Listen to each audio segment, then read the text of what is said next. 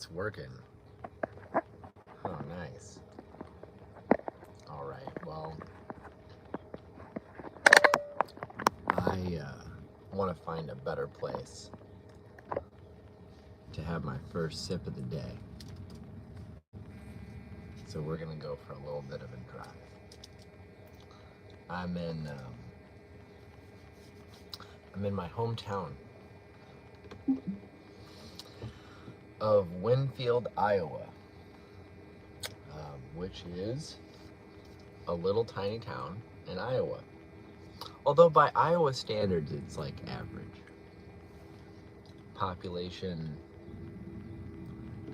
937.2 or something. With small towns, you round down to the nearest whole person. Okay. Yep, I might even go out to our tree farm. So once I'm in the Tesla here, so I'll be able to autopilot my way. If I only knew the address of the tree farm.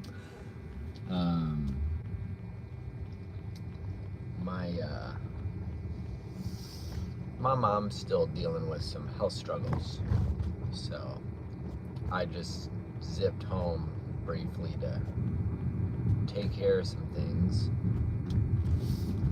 There we go.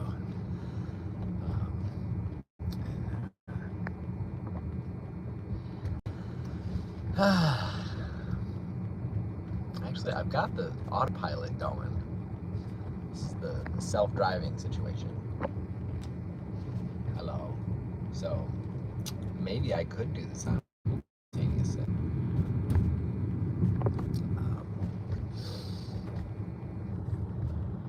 Nah, we'll wait. Nah, we'll do it. Okay. We'll do a short version. Raise your cup, your mug, your chalice, your glass. Fill it with your favorite liquid. I like coffee. Join me now for the dopamine pleasure. The dopamine hit of the day. The thing that makes everything better. The simultaneous sip. Let's go. Wow, I butchered that so bad. Anyway, I've been talking to a lot of family and friends about Scott Adams. Turns out my uncle Steve, he's been watching, or he was watching Scott Adams do his simultaneous sip the whole time, and he discovered his cartoons back in the 90s.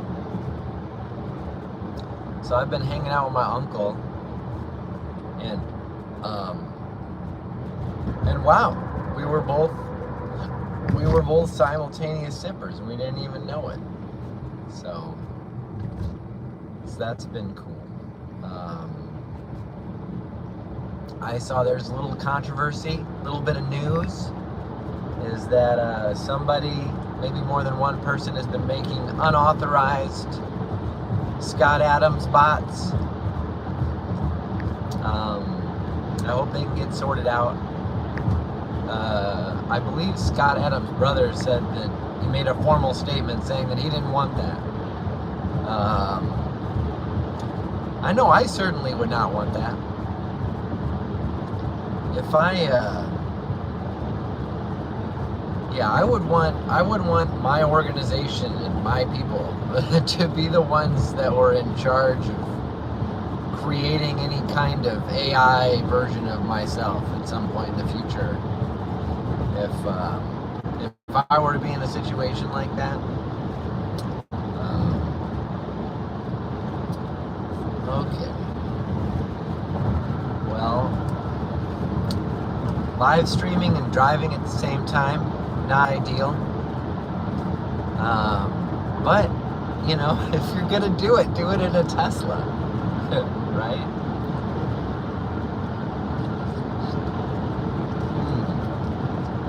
So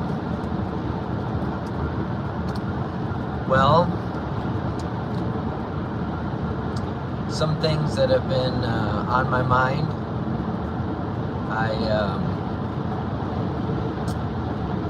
I've been thinking a lot more about virtual relationships. I'm in a bit of an odd category in that I have a lot of friends that I've never met in person. I'm aware that that makes me an oddball.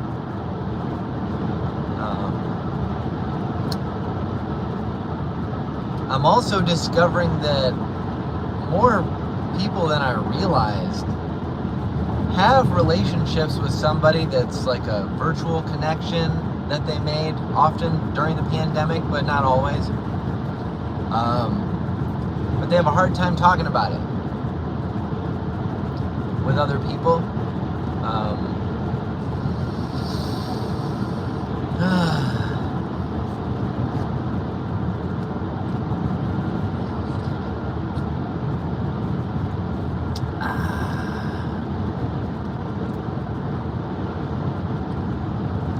So there's this terminology of, oh, is this a real relationship? And if it's somebody that you've never met in person, then people say, oh, so it's not real, it's a virtual relationship. It's very interesting. I can see both sides of this. On the one hand, I have met a lot of people online that it definitely came across me. It depends on how you find them. So when we were looking for people to join WEquil School, which was an online school that my daughters ran for about 4 years, then there was an application process. And Sume and Isla are very good at giving interviews and things, and so the selection bias from the world was pretty good. But then later on, a lot more of where we were sourcing people from was Facebook, because Facebook's so big. And everybody's on Facebook, even though that's not really true. And that was not so good. I think it's safe to say that on average, people that are using Facebook are, as a regular means of trying to engage with other people, as like a core part of their social life. I think a lot of these folks are kind of lonely and have a hard time finding acceptance and appreciation around the things that they're doing. And it's not just Facebook. I think TikTok's in the same category.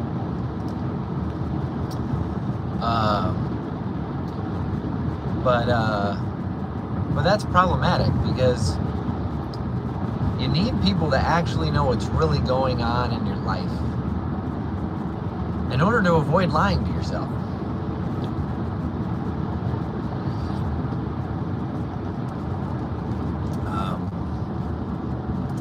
I think that's my biggest fear with all these AI girlfriend, boyfriend. Although I think that can be done in ways that are really creative and awesome. Like, I know a guy, an older gentleman, who has there's a real person, there's a real AI girlfriend,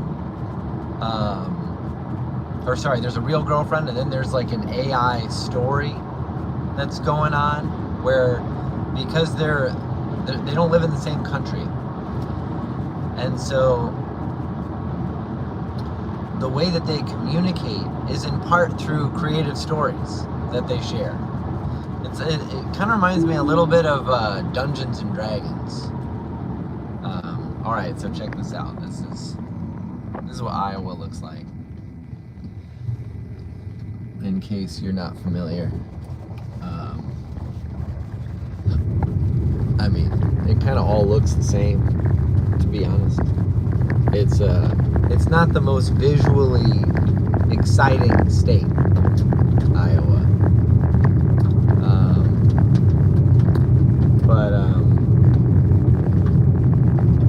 But it's home.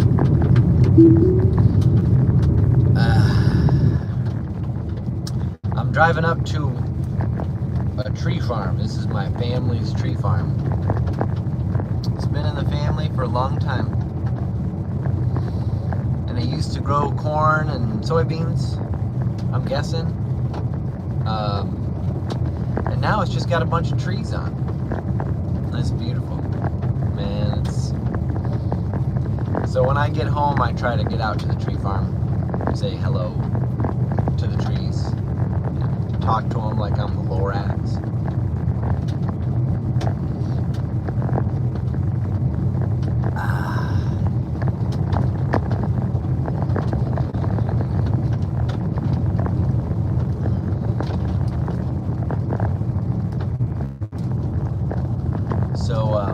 Anyway, I was talking with my buddy last night about virtual relationships.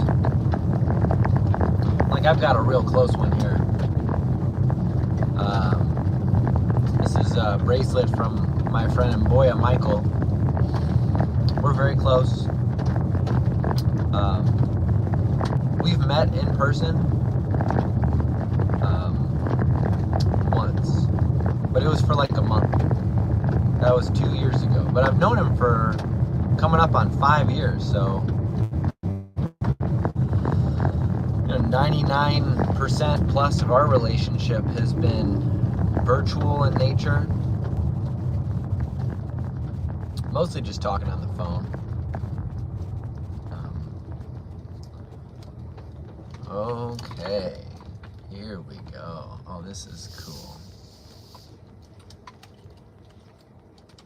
Okay. I need to take care of this. So this is my grandfather's. That's my grandfather's old tractor. There we go.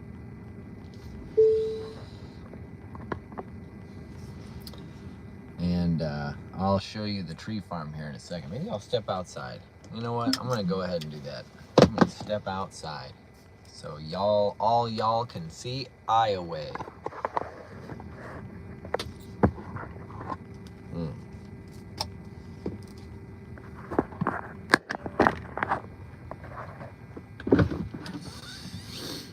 Oh man, this is gonna be. Oh, it's only 39 degrees. That's not so bad.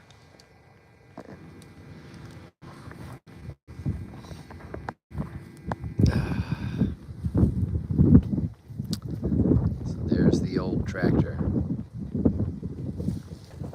And there's the tree farm.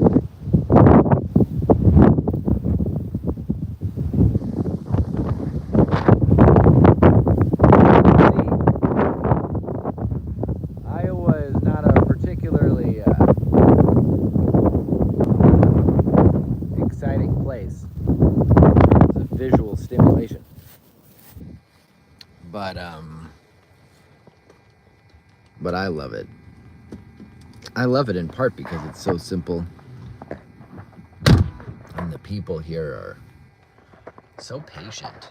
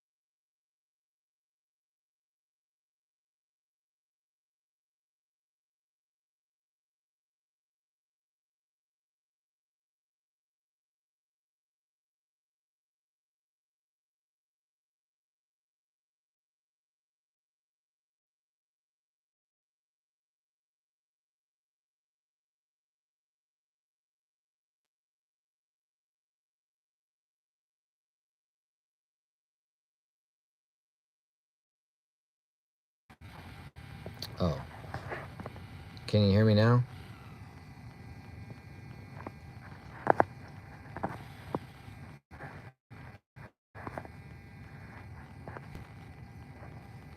Testing, testing. 1, 2, 3.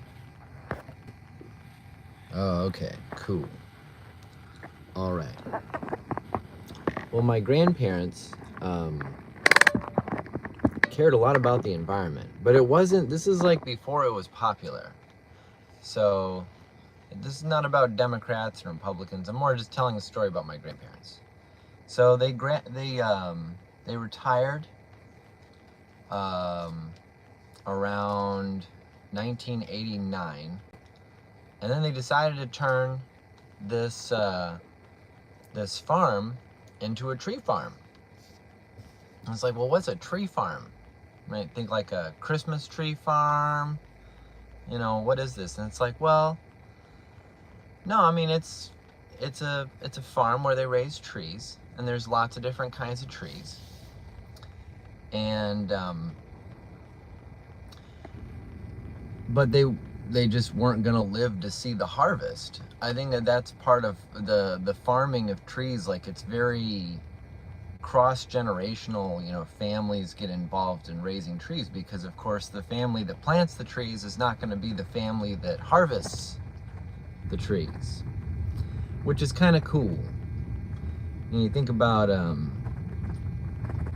other kinds of farming, and it doesn't require this sort of intergenerational trust the way that that trees do. Trees require this intergenerational trust where you plant the trees one year and then decades later you harvest them.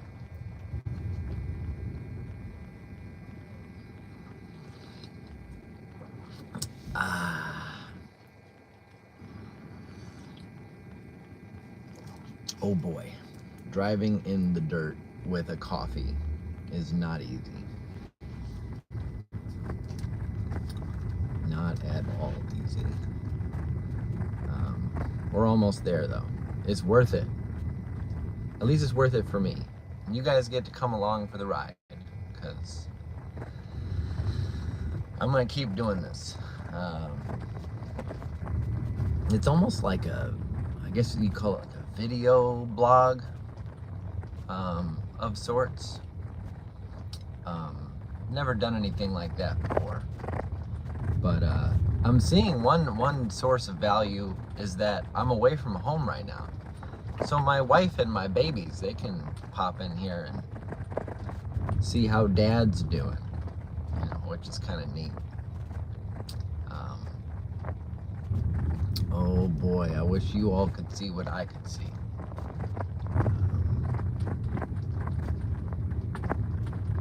Oh man, that's low. All right, I'm gonna go ahead and step. Maybe I could turn around. And gotta have some trees in the background. That's, or at least out a window, maybe.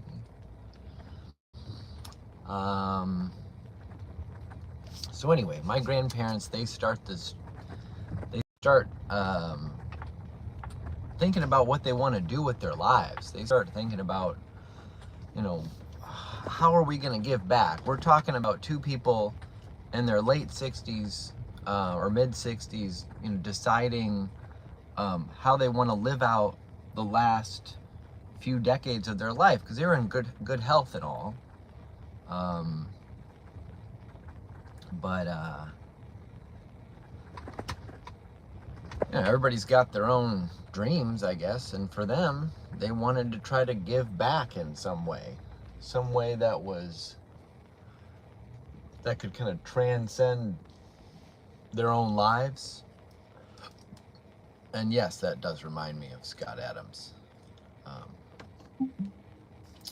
So, oh wow, there's like some hunter was out here with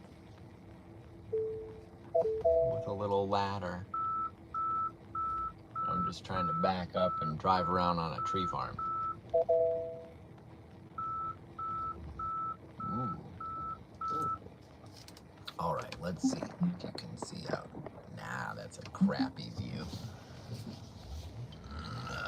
Okay.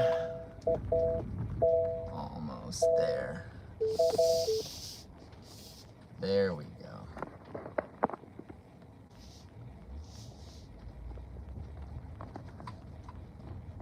Now we're getting somewhere.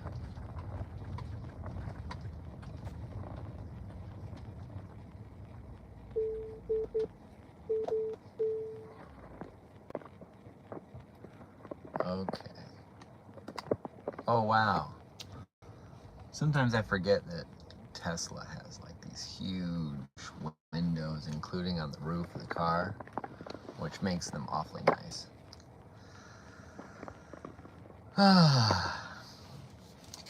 Okay, well, here I am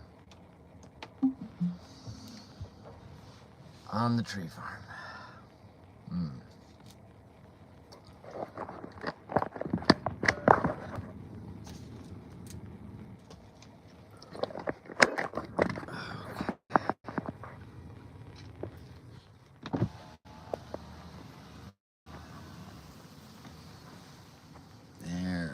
There we are.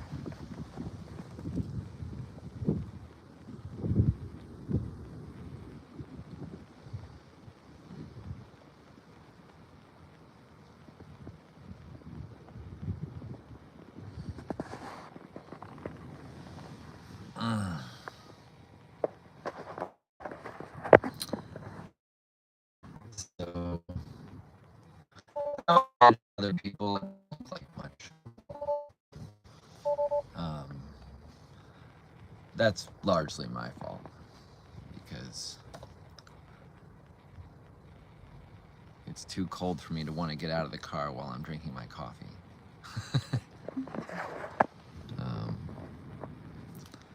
But I grew up on this tree farm, so to me this is always going to be very special.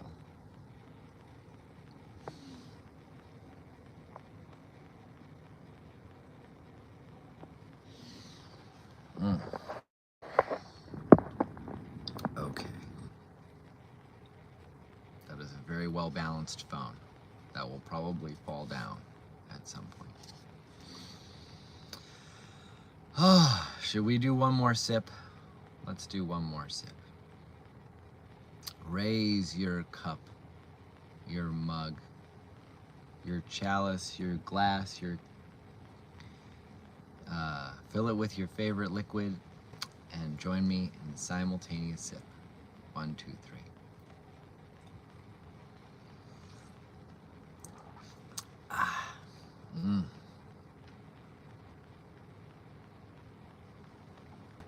So my grandparents start this tree farm, and I'm 4, 5 years old. I don't know anything about anything, but they put me to work. I would chop wood in the basement. They would put little shin guards on me and my brother and my sister, and we'd be down in the basement with a hard hat on and ear protectors and eye protectors and everything. And they'd give us these little hatchets and these little, iron hammers, and clunk, clunk, clunk, we would chop up firewood.